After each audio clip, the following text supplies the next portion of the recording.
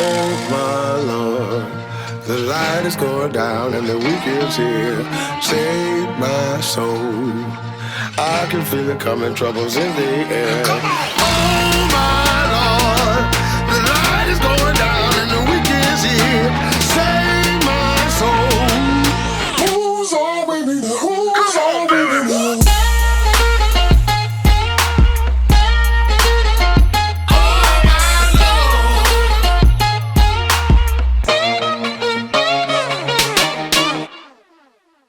Welcome.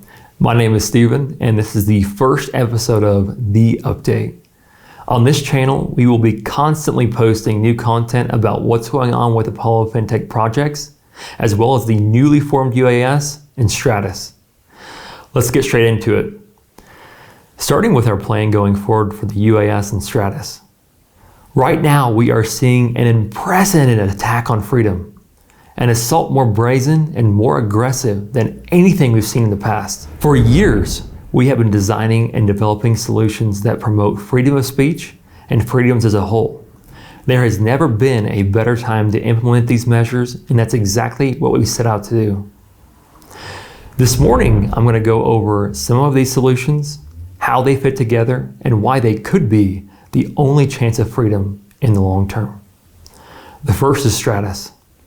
Stratus is our flagship ecosystem, developed to replace the need for the majority of the largest mainstream platforms. It will have the functionality to replace the most used platforms such as YouTube, Facebook, Twitter, Amazon, and many others. The main goal of Stratus is to offer unprecedented convenience while at the same time maintaining freedom of speech and fundamental rights. Our hope is that Stratus will allow many to step away from the big tech platforms that constantly track and sell data, censor users, and promote their agenda's propaganda. We've already launched the first phase of Stratus, which has included the functions of Facebook and Twitter. This was done in two platforms called Circle and Atrium. One designed for family and friends, the other a microblogging platform designed for global communication and the sharing of ideas. We plan to launch our own version of YouTube this month and a number of other platforms this quarter.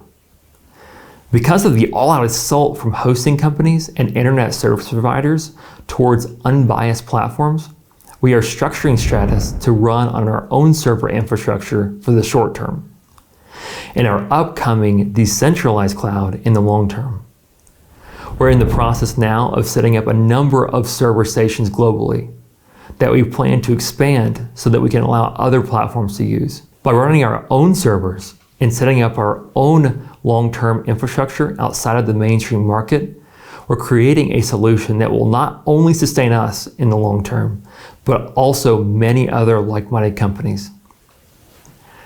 Another project that we believe will shape the face of freedom is the UAS. The UAS is an organization set up to govern sovereign economic zones worldwide. The main individual purpose of each economic zone is to give investors a safe, politically and economically stable area to invest in major infrastructure and to allow partner countries to access technology, jobs, and infrastructure that would otherwise not be possible. These sovereign economic zones will act as sovereign country states to the UAS, and those that are citizens and residents of the UAS will be able to take advantage of the freedoms and benefits within these areas. The UAS will be significantly different from other nations.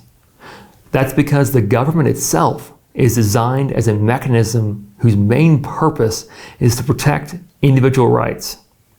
These rights are extensive and include the right not to be taxed by income, absolute freedom of speech, the right to bear arms, the right to congregate, absolute freedom of religion, land ownership protections, and many more.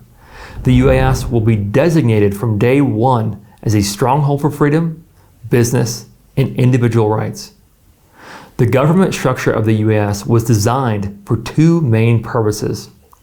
One, to protect and defend the rights and lives of those residing within its borders, and two, to facilitate long-term free market enterprise with minimal regulation.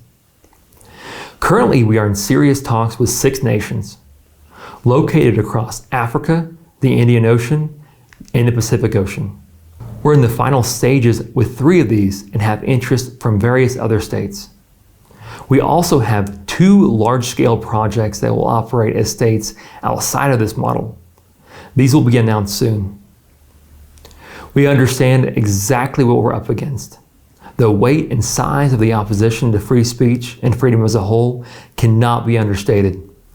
They're in every industry: technology, finance, entertainment, e-commerce, and almost every other.